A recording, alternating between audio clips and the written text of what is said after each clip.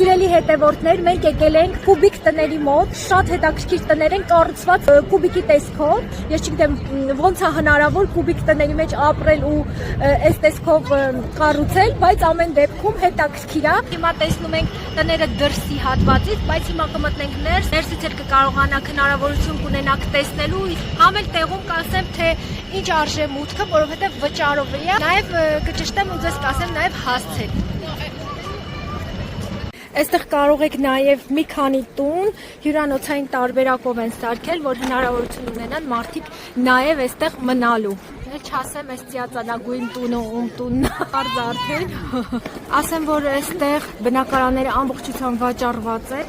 Հենց առաջի հարկի տունը 70 համարի, կարող եք մտնել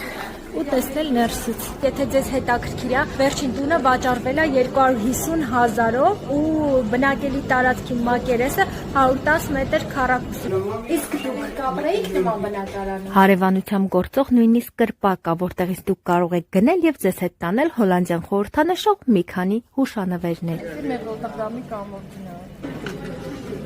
Նաև կարող եք զմայլվել մի հիանալի տեսարանով, որը բացվում է անմիջապես շենքերի արանքից։ Իսկ եթե ցանկանաք միանալ մեզ ու տեսանյութը դիտել ամբողջությամբ, համեցեք մեր YouTube-յան ընտանեկան ալիք։